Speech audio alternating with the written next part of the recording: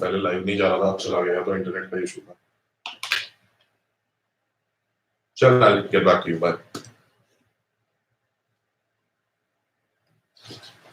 Hi guys, sorry for the delay.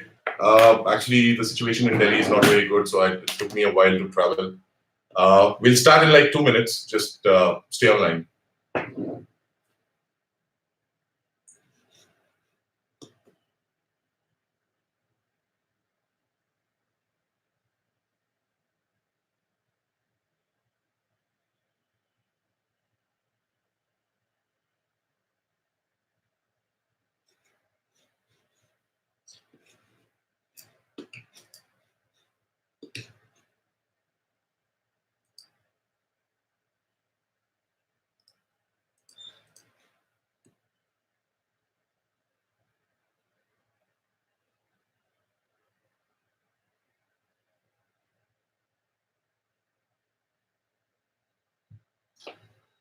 What? You're live, yes. I had to go out? Yeah, I called you. But I've asked people to wait.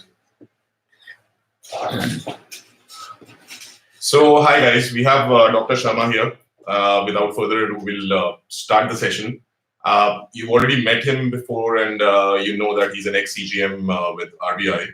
So, if we'll start with the questions that we received in the survey link, and then we can take up any live questions that you have right away. Okay. Are we on? Yeah.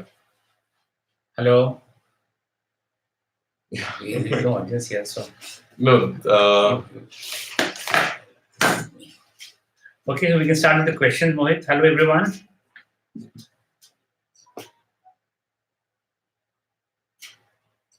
Yeah, people are writing. So you have all the questions there? Yeah, I have the questions here. Okay. Would you like me to read it? Okay, I'll start with the questions. Okay. The first question that I have is, what things they are looking for in an interview? This is a very general kind of question. What things they're looking in an interview? I think is this the first time you are preparing for the interview, or if so, then yes, you need to know something about it. Otherwise, RBI interview would be like what you would appear in for NABARD or for SEBI. You should have an idea about the institution, whether it's RBI or whether it's NABARD or any other for which you have applied. So I would suggest that if you're applying for RBI, the first thing you should do is to be familiar with the functions of RBI. What are its core functions? And as a central bank, what all activities it does. You should have some idea about the board, the way you have the board of directors, the governor, and the different departments that are in the Reserve Bank. So that's one thing you should be preparing for. Secondly, you should know your subject matter very well, whatever is your background, which is most important. Thirdly, and more importantly, what you filled in the form. While filling the form, you give a lot of information. Sometimes you do it very casually, sometimes you do it consciously. So whichever way, either which way, you have to be sure that what you filled in there is what you know. Normally, question would emanate from there itself. So these three things I would suggest that you keep in mind. Besides this, yes, you should have a broad idea about economy, what's happening in the country, what's happening in the world around, at a very general level. You don't have to go very deep into it, yet you must be a man of the world, aware of what's happening around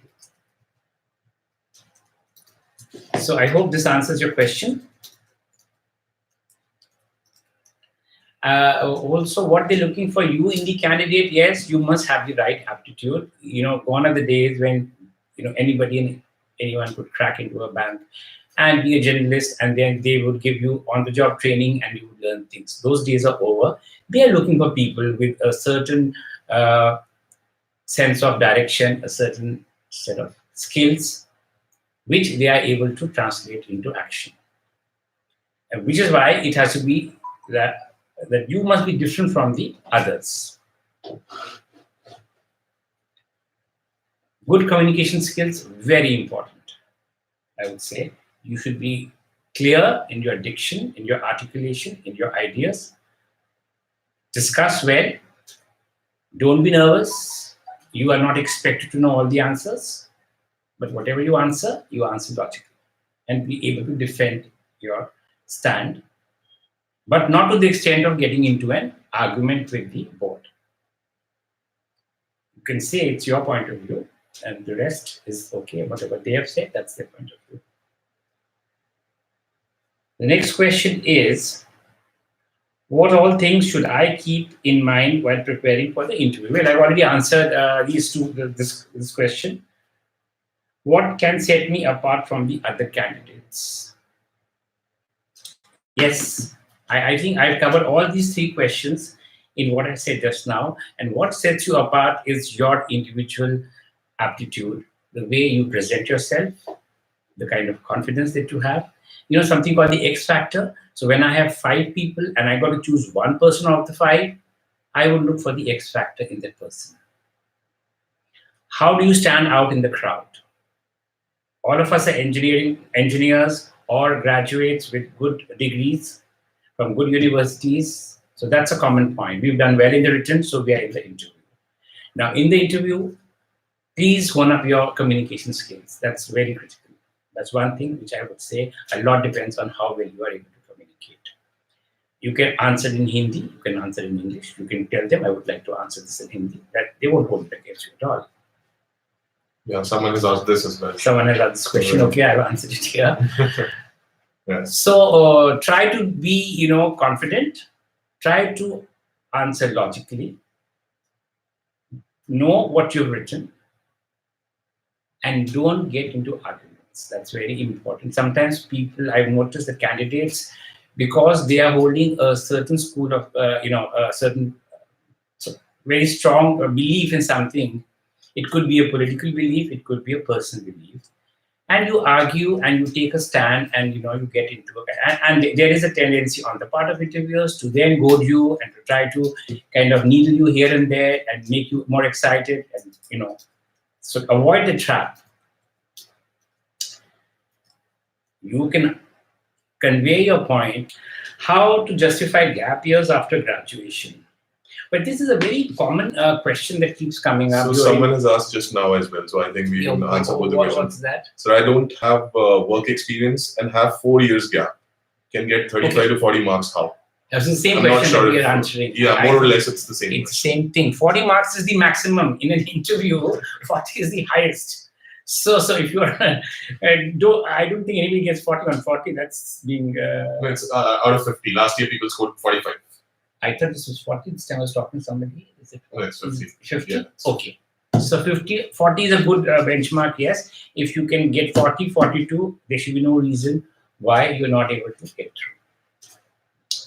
So his question was... but he doesn't have work experience. You don't have work experience, fine, but I'm not sure gap. what kind of graduation degree you are having and why are you having the gap.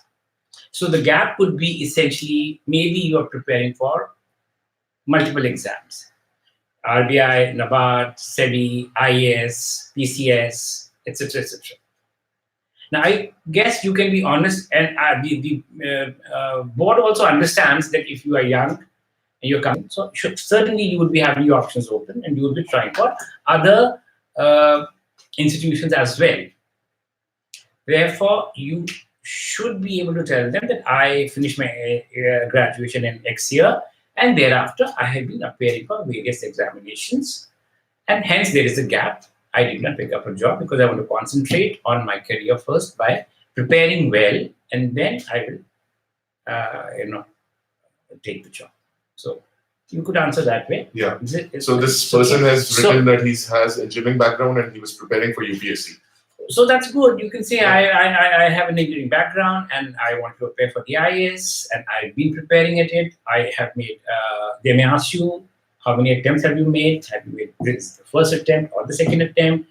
So what if you don't get IAS? Is RBI the next choice? If you don't get RBI, what is it? Is it NABARD that you want to go to? Are you clear on your goals? So that kind of question you can be asked. Be prepared with that answer. But there is no harm in accepting or telling them that you have been prepared. So I must also tell you that in my experience, as also what I've seen in the RBI, a lot of engineers are applying for jobs, both at the clerical level, which is the assistant level, as also the officers level. So that's okay. That's but there is a problem with engineers, which I wanted to highlight, if I may, at this point. Engineers, the problem is they have an advantage in the sense that they are made to think in a particular manner. They are more analytical, they are more logical, they comprehend better, but they are technical. They're not people's persons. In a bank, what you need is a person who can take people with him or interact with people at all levels. There is a hierarchy, all right. You have to respect that. A. B, at junior levels or at the initial stages, you'll be working in places where you have mazdurs whom you have to handle. It is very important, man management. So that is where I find that the engineers are not very sharp. They also certainly, from the feedback that I've been getting from the various people, that engineers are not very serious when they join a bank. They take things for granted, and they are not. We in RBI, for example, when you are roped in, when you're taken in, a lot of money and energy and time is spent on training, building people. Now, so the attrition rate is not high, but engineers tend to join and leave also. So that is one problem. You have to show your sense of seriousness, your sense of purpose, your dedication, and your sense of responsibility. Don't lose focus. You have to show your sustainable interest in the area that you have been given to work in. Your right side should be working, out of the box thinking. So for all engineers working there, sitting there, I would request most of them would be engineers. Right. So please do a little out of the box, right hand thinking when you are planning to work in a bank. Be flexible, be people's person, manage men and manage men well. Lastly, you join an institution. The institution has a certain set of objectives. You must align yourself with those objectives right from the beginning. It's likely that you may be posted, in a policy department. You must understand what department, mandate is. You are on a policy desk. What is the organization looking for? So align yourself with your thinking with the objectives of the department. I hope that answers this question. The next question is, how is my communication skill? Are candidates rated on their communication skill? Can you please take my mock interview? Well, in the beginning itself, I have said communication skills are very critical. Please be articulate. Please be confident. I'm not saying you must talk only in English. आपको हिंदी में अगर अच्छा लगता है बोलने में, आपका जो confidence बढ़ता है हिंदी में बोलने से, आप हिंदी में बात करिए. If you're comfortable in English, please talk in English.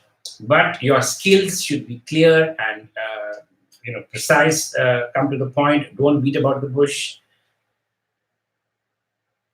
Are candidates rated on the skills, communication skills? Yes, we do look for communication skills. Yeah. Any interview, not only RBI, but anyway, that's an asset. If you're a good speaker, if you can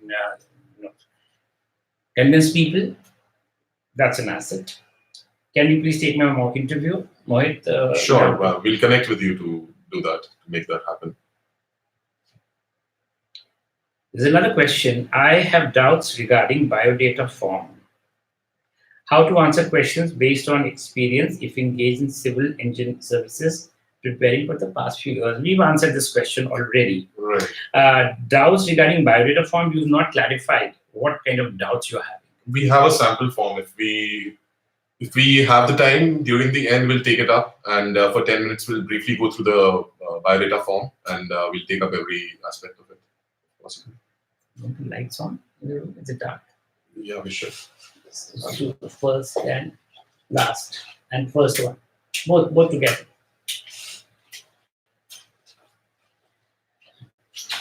Your interview language, Hindi or English, which one is better to go with forward? No, there's nothing better. Both are good. You have a choice. Whichever language you're comfortable in, please speak in that language. So please give a holistic preparation plan for interview. I think you have to join my exam for that. They'll give you a holistic plan. But yes, from the beginning, I think from question 1 onwards, I have been stressing how to go about it, what all to learn, what all to read. Don't go into the micro stuff. Be at a macro level. Try to have a good understanding of the economy, not the nitty-gritties. But yes, because you will be working in a central bank, or that's your aim, you should be able to have some idea about where the, what is the shape of the economy. Go to the RBI's website. You want to prepare comprehensively, please go to the website, have a look at the website, see the departments, see their functions. Maybe you'll find something interesting to read. What is the latest circular they have issued? That gives you an idea. As I'm stressing again that I don't think anybody is looking for an in-depth knowledge of the organization or of the policy issues, because they are very complex. It is not expected from youngsters who just joining the bank. But I would really expect the person to have some understanding of the organization he would be joining. Therefore, that is very important for you. And the rest, of course, you join iExam is surely you will get all the comprehensive material that you're looking for. Broadly, how the interviewee evaluates candidates in 20 to 30 minutes. Well, I don't think anybody takes 20 to 30 minutes. That is very rare. On an average, the interviews should not last for more than 12 to 14, 15 minutes at best. However, if you are able to excite them and you can, you're saying something very interesting, which really, excites their imagination, they can ask you questions and the interview may continue longer, say for 20 minutes. It doesn't happen normally. An average interview is about 12 minutes. So in those 12 minutes, 15 minutes, you have to put your best foot forward, speak well, think logically, be confident, be articulate. Nobody's looking for a right answer. Sometimes it's a point of view. So you must have a point of view. And if you don't know an answer, please say, I'm sorry, I'm not familiar with this. Don't try to fool your way through, because it may lead you into more complicated questions emanating from there itself. What are the static topics like macro or microeconomics or financial management that one needs to cover for the interview? No, as I've already indicated earlier, you don't have to go into the integrities of the financial management.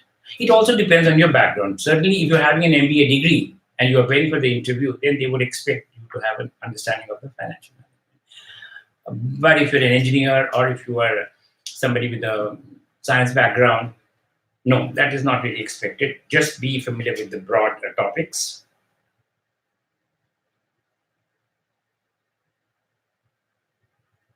I am presently working in SEBI and would like to know what kind of questions pertain to SEBI, being a regulatory body itself might be asked for.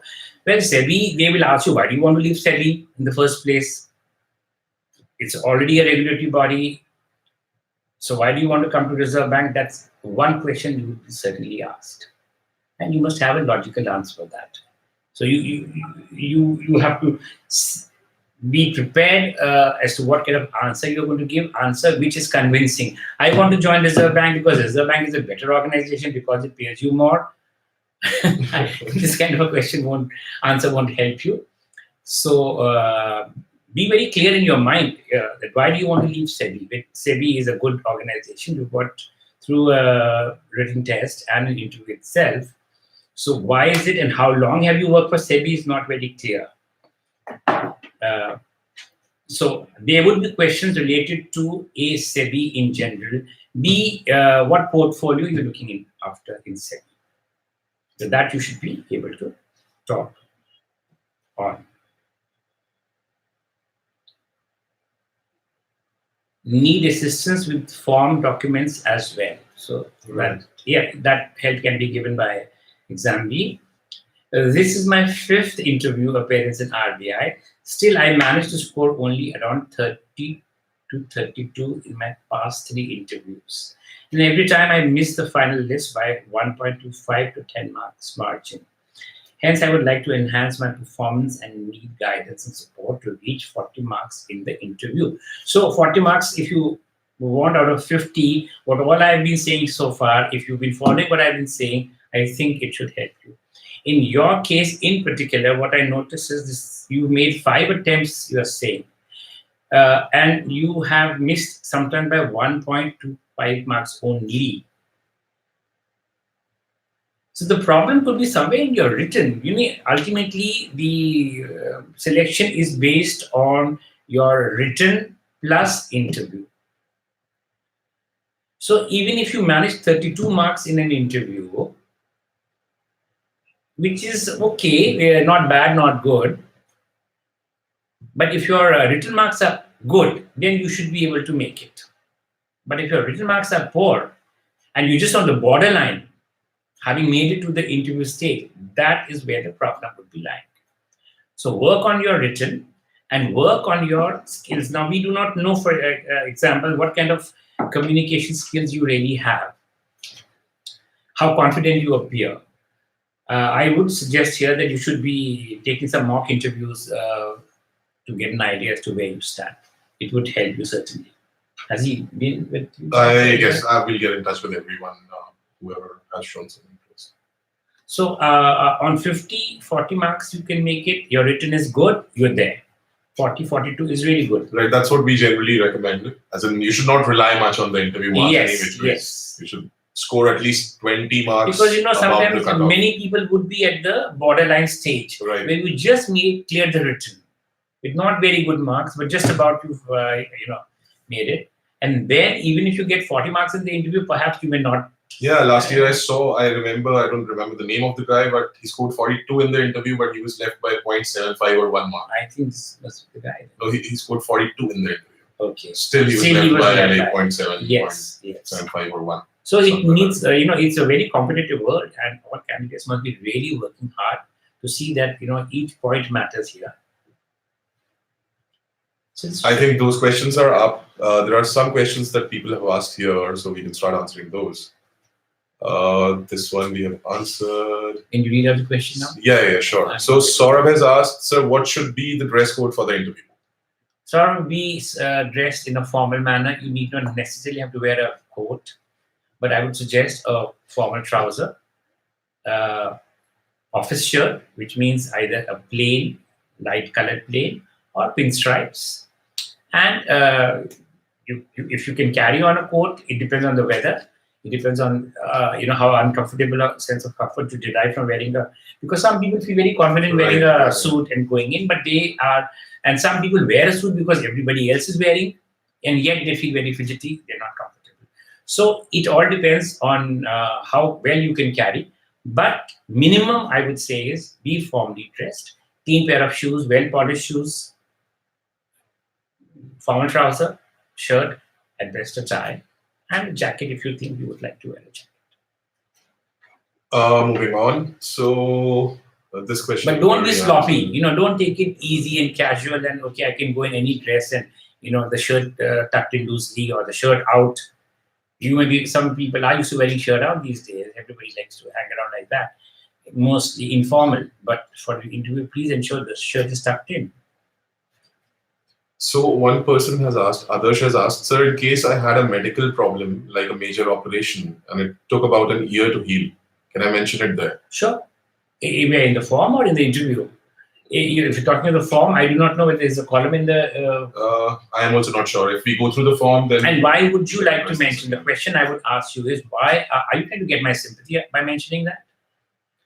Or if it comes in the course of the conversation, What were you doing for the last 1 year? Then you can say, I had a surgery, I was down, I could not work, I could not work. But don't try to use it as a brownie point and think that, by saying that I'll get some sympathy on the board and, it'll help me. Yeah, makes sense. Sakshi has asked, what weightage does a PhD degree have during interview?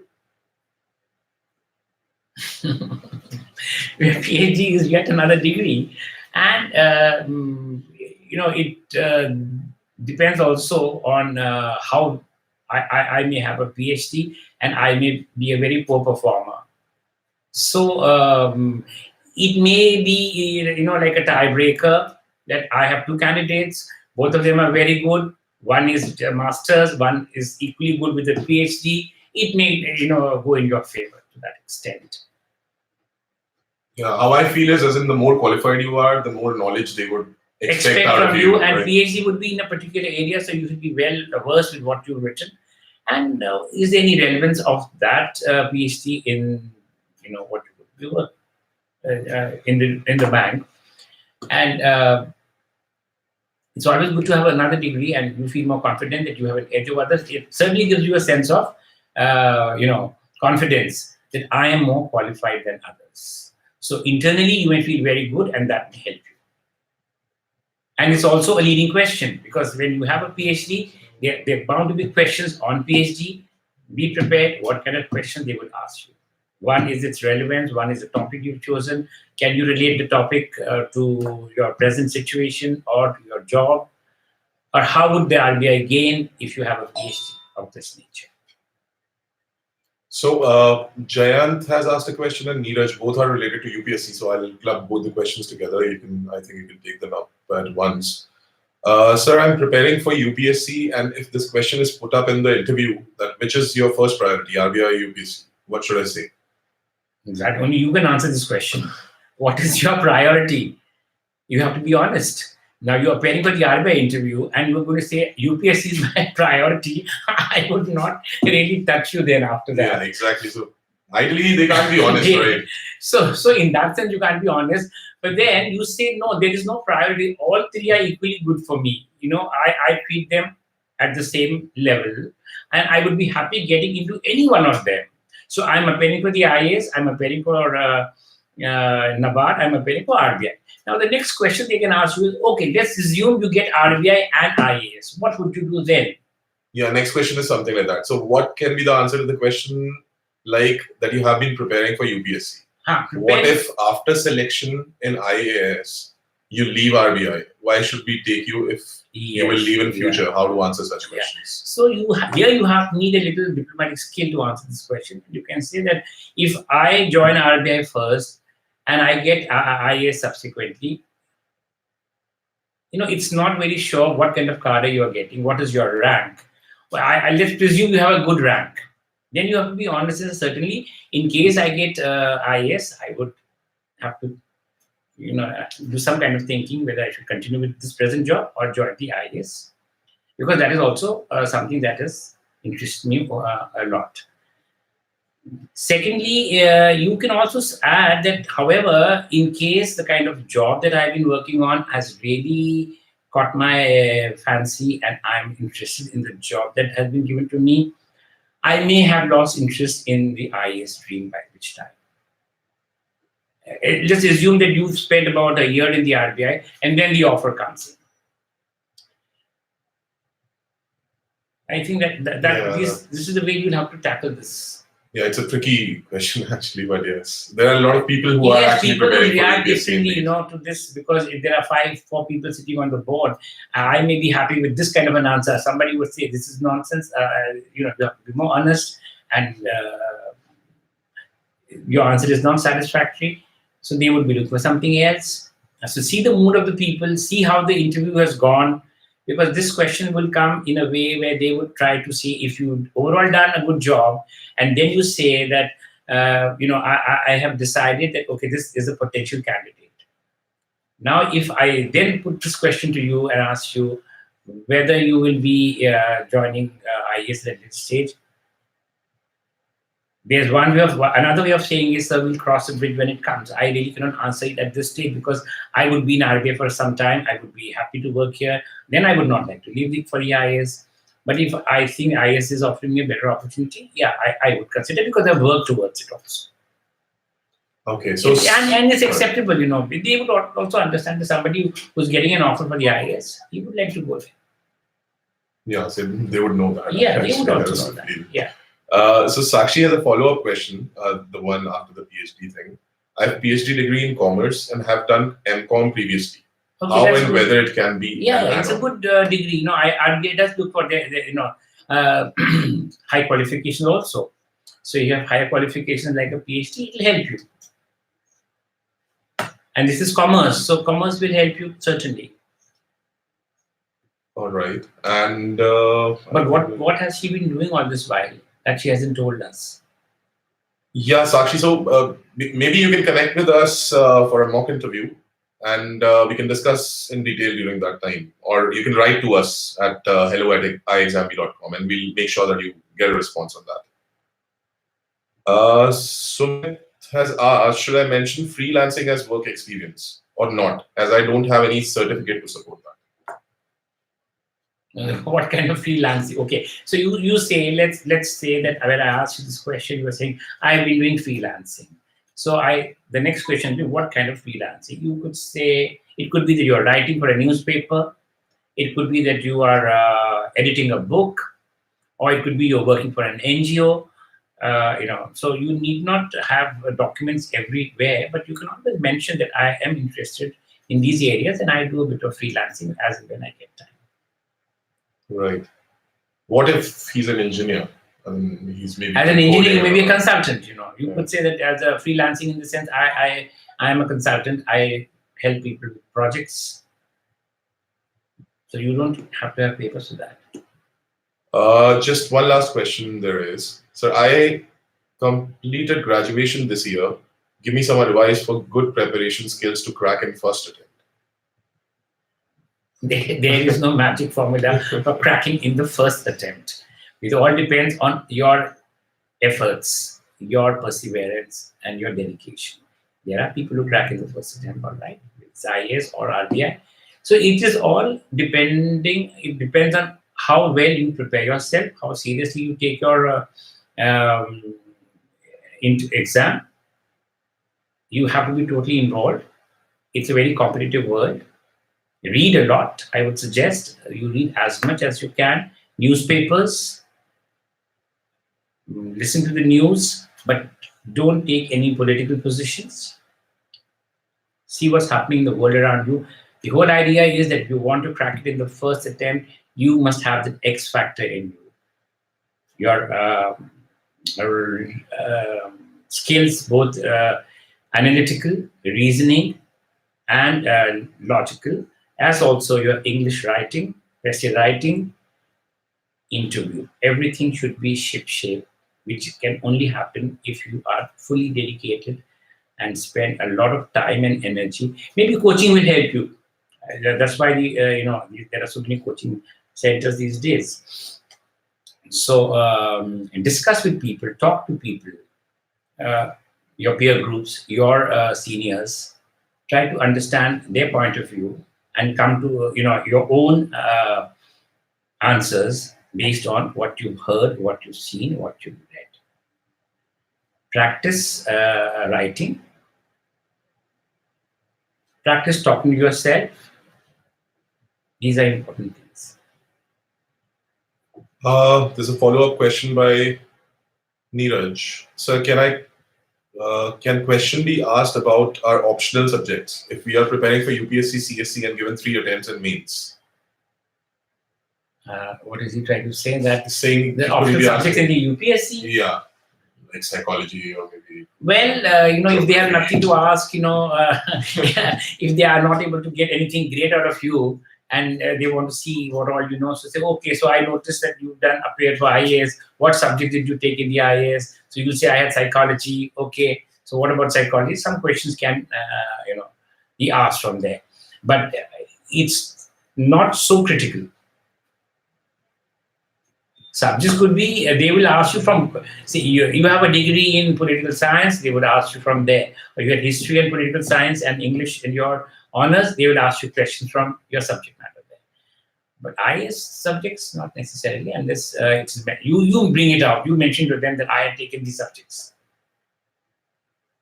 Okay, so Johnny has asked, achievements like qualifying JEE exam and GATE can be mentioned in the biodata form if one has not studied from IIT or have done MTech afterwards.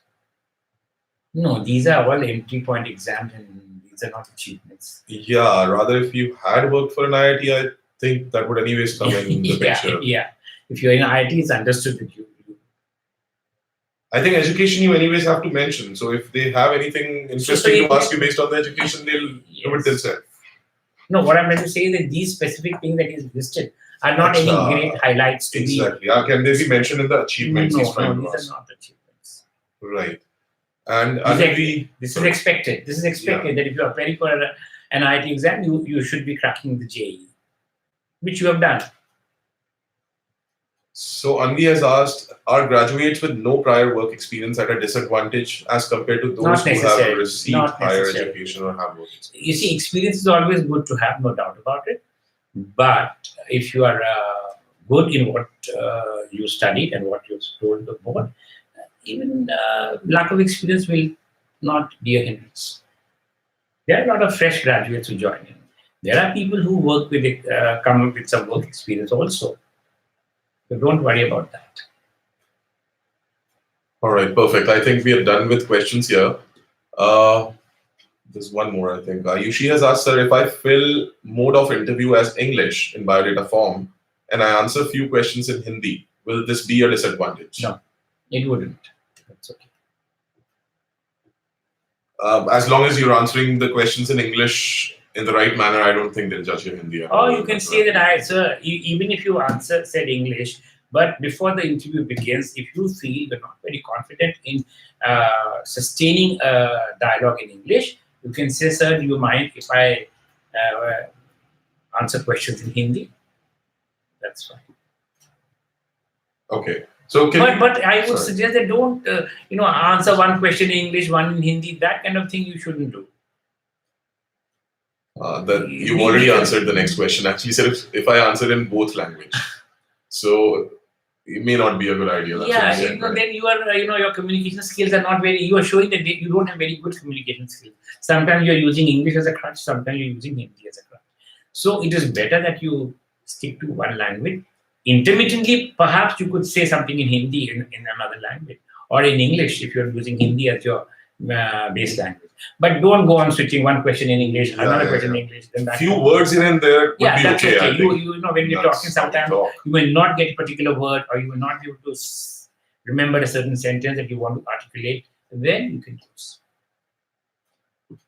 So, shall we quickly go through the form? We can do that. Yeah, let's do that. So we can't really share the form on screen, so we'll just read out the fields and try to answer that. If you guys need another session maybe on the same, we'd be happy to do that. Maybe tomorrow or the day after. For now, let's start with the form. I'm on the first page, so some straight up questions. Post applied for, roll number, medium of interview, your name, address, railway station. I don't think we need to discuss all this. Father's name, occupation, category, nationality. These are all straight up questions. Moving on to the next page. So now comes the education qualification. So this also I don't see much confusion in, right? What you have, you're writing it down. Exactly. Particulars of very high academic or professional qualifications or experience of value to the bank. Yeah. So if you have written a paper, for example, you've been a part of some project, some part of a study, you've done something exemplary, those are the points you should mention. Right, but they've given very less space. So this guy has answered no. Particulars of very high academic or professional qualifications experience of value to the bank. Yeah, so they can say, I participated in a project with the Ministry of Environment. Okay, perfect. And then it's something which they will ask you questions about. Right, makes sense. Then gross salary per month drawn from previous employer. that's Again, okay. you can answer whether on basis A and B, the candidate would desire to have advanced increments in the pay scale offered. If That so, means if the person is working with an X salary and now he's coming to RBI yeah, and he would like a higher salary than what is higher salary, higher have advanced increments. You read it out. I think. whether on the basis of A and B. What is A and B? A is the gross salary and B is the gross salary and A is high academic qualifications. So because of these two things, whether the candidate would desire to have an advanced increment in the pay scale offered, and if so, how many, and the justification for the request. I would say that, on A and B, whatever salary you are getting, let's assume you're getting more salary where, in your previous place, and RBI is giving you less, don't ask for extra increments at this stage. Your A better answer would higher be no in every qualification, case. because unless the advertisement specifically says that increments will be given or preference will be given to candidates with a PhD degree or higher qualifications that you may be possessing, which they have indicated in the ad itself. There you can say that because I have worked, you may have worked, for example, let's say 3 years in a commercial bank, and then you come to RBI. No, I don't think you will get any advantage because of that. So, and very high academic is what is very high academic could at the best be a PhD. Right.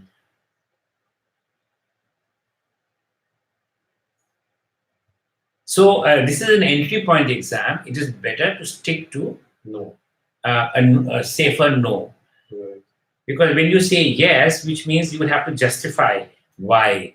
And then I will say, well, I have this other candidate who's equally good. He doesn't want more salary, Right. but there is not much of a difference between you and this highly qualified person. So I might as well take him. So it is safer to say no at this stage. And it's very subjective. So if any of you feel that you have a very high qualification level, or if you were getting highly paid and now you're not getting highly paid, you can write particulars of prizes, medals, scholarships obtained. Okay, that's simple. Proficiency in sports. Yes, do give that. Sometimes under the sports quota you can get in if you have. Alright. Yeah. Is that all? No, this is the second page. But sports quota is not you played for school or something. You should be at a national level player. Or at least a state level. Or a state level player. Then it helps you. You played matches. Languages, can speak. Okay, that's nothing very critical. Now you can name particulars of present and previous employment. That's okay. Yeah, that's straightforward. See, I'm going back to the question about can I ask for a higher increment? If you're getting higher salary there, why do you want to come here, which is to an organization which is giving you less salary? Then stick to that organization itself. So somebody says I'm getting 35,000 rupees per month, for example, Right. and he may not get the same amount there in RBI. So then why would you like to come here? And if you think this is a better organization, then don't be bothered about salary at that point. Just say, even if you give me less, I'm willing to join you guys because I think you are a great place to be in. Yeah, this is previous employers. Okay. Already covered. Then what is this? Previous attempts in the RBI Services Board. Okay, that you have to be honest about it. Which are the posts you've applied for, when was the exam held, and whether you were called for the interview or not. So, for example, we had a gentleman here who said, I made 5 attempts. He has to indicate all the 5 attempts that he's made in the RBI exam. Have you ever been debarred or disqualified from the Public Service Commission, Recruitment Board, RBI Services Board for any of the exam selections? That is, you have to be honest here. And no. Is that all? Just one more page.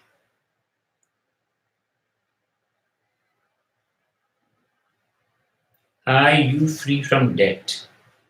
Okay. Yes. Yes is a better answer.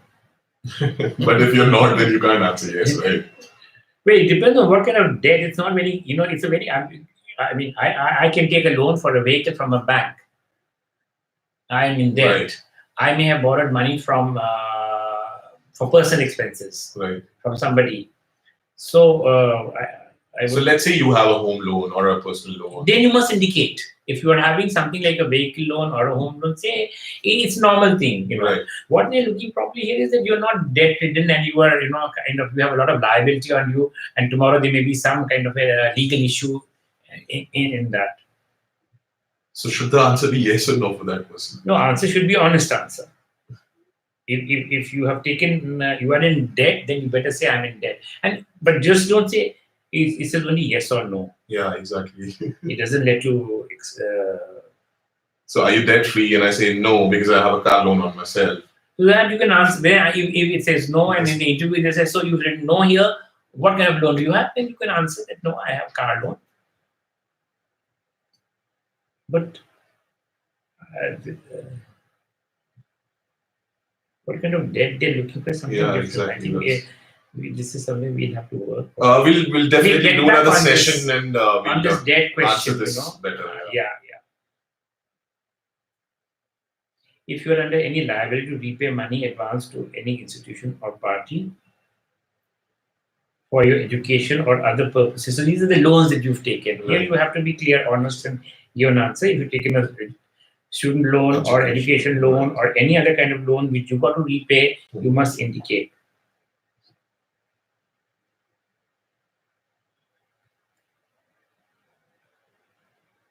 If the answer to A is no, are you free from debt? Okay, so it's in the second column that you are explaining that. Right. Fair enough. Right. So if you've taken any kind of loan, you say, are you debt free? You say no, and then in the second part you will explain what kind of loan You you've have taken. a home loan, car Yeah, loan, education loan. And they are saying that answer clearly. Right. So you have space to answer clearly.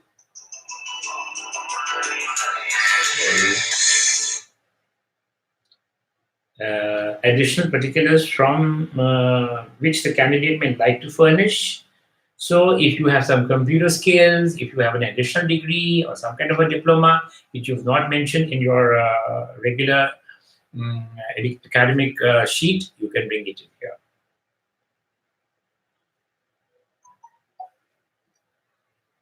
Or if you have certain interests, you are a member of some society, you are a marathon runner, whatever. So that thing you can bring in here. You remove this.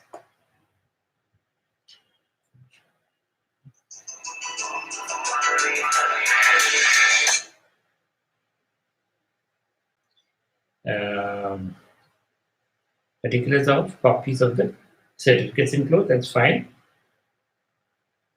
And you must attach your certificates in the order you're writing. So, for example, the first is your matriculation certificate, followed by the 12th standard certificate, then the college, then the degree certificate. So please put, attach it in the same order. That's important. And write 1, 2, 3, 4, 5 as you're writing in here.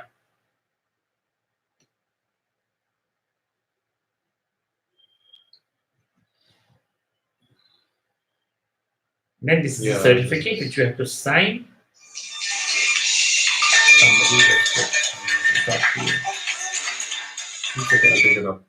So the form is this much only. So this is what we've talked about the form. Any other questions? Yeah, there are a couple of more questions. Okay, SK says, sir, I have asked some question by filling Google form. Please take it up. I do not really have access to that right now. Let me see if I can do that, or you can ask the question here again. Yeah. Mithilesh has asked, sir, what is the registration or receipt number mentioned at the bottom of every page of Biodata? Is it the same we have been provided during registration? Where is it? Let me just have a look.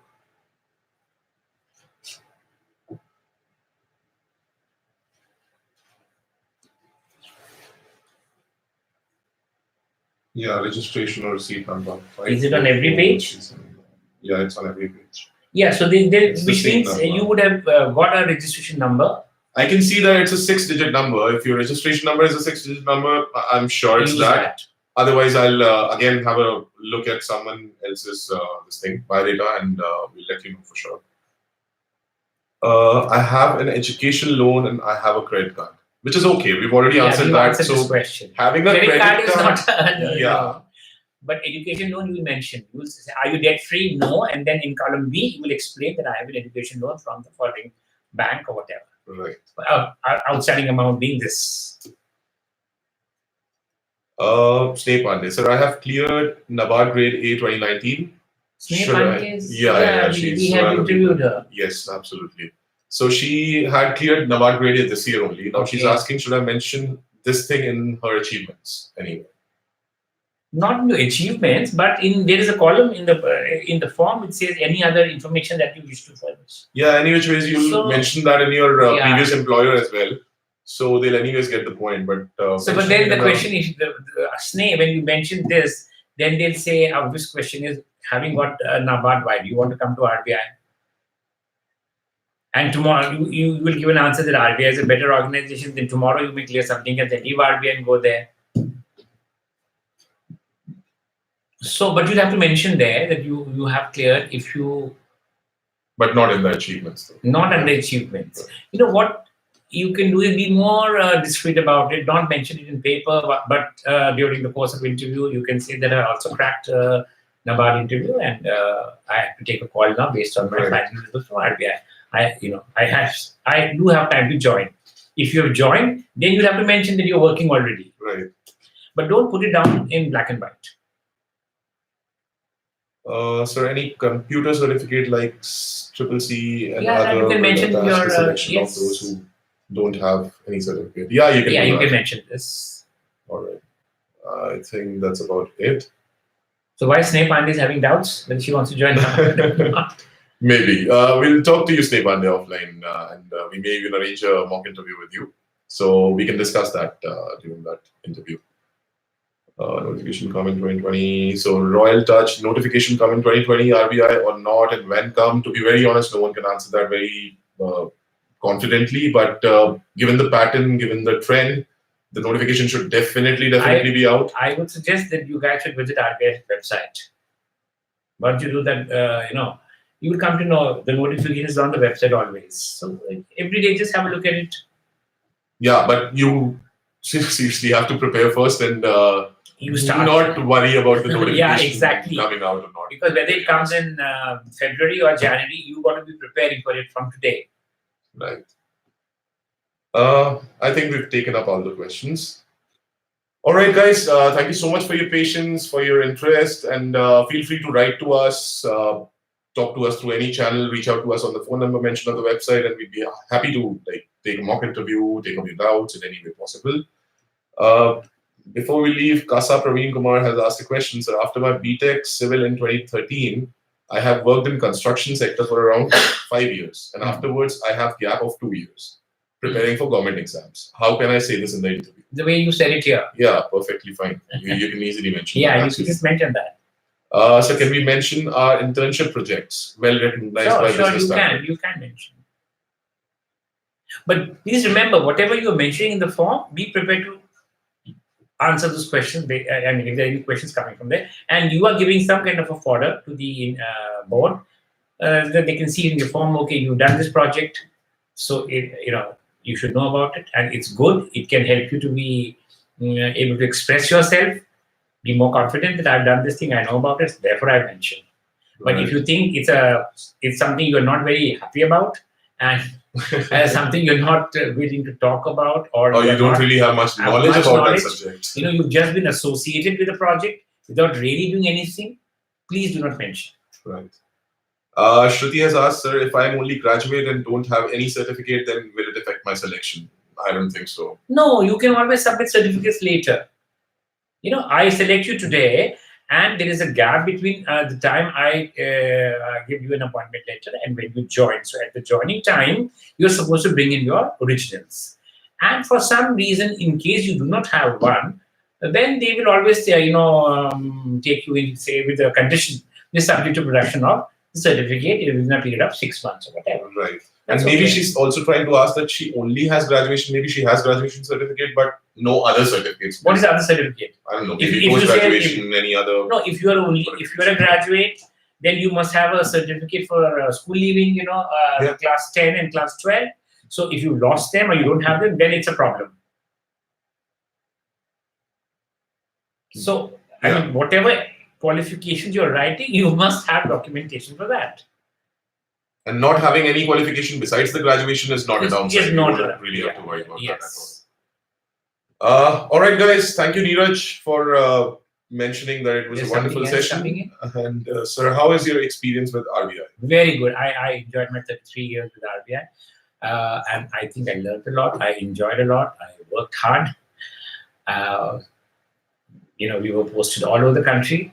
So right from Assam, Gujarat, Chhattisgarh, Delhi, Bombay. It's wonderful working with RBI. It's a great institution, and I really be happy that you guys seriously joining the Reserve Bank.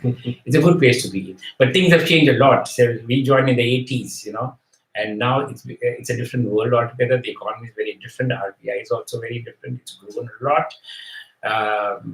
So it's not an easy job. It's a tough job that you're going to be into. You'll be on your toes most of the time.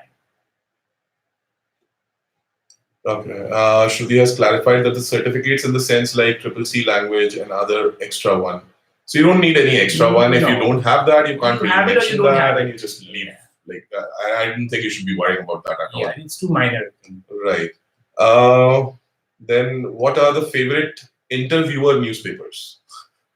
That's an interesting question. Well, you should read a couple of newspapers, the newspapers in particular, which are holding different perspectives.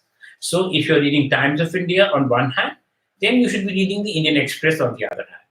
If you're reading the Business Standard, then you read the Economic Times, So have a variety of papers. Why? Because you have very good write-ups, You have resident editors who write very comprehensively with deep analysis. They give you insights. You may or may not agree with them, but you have an input for you, and to whether accept or modify or take a stand accordingly.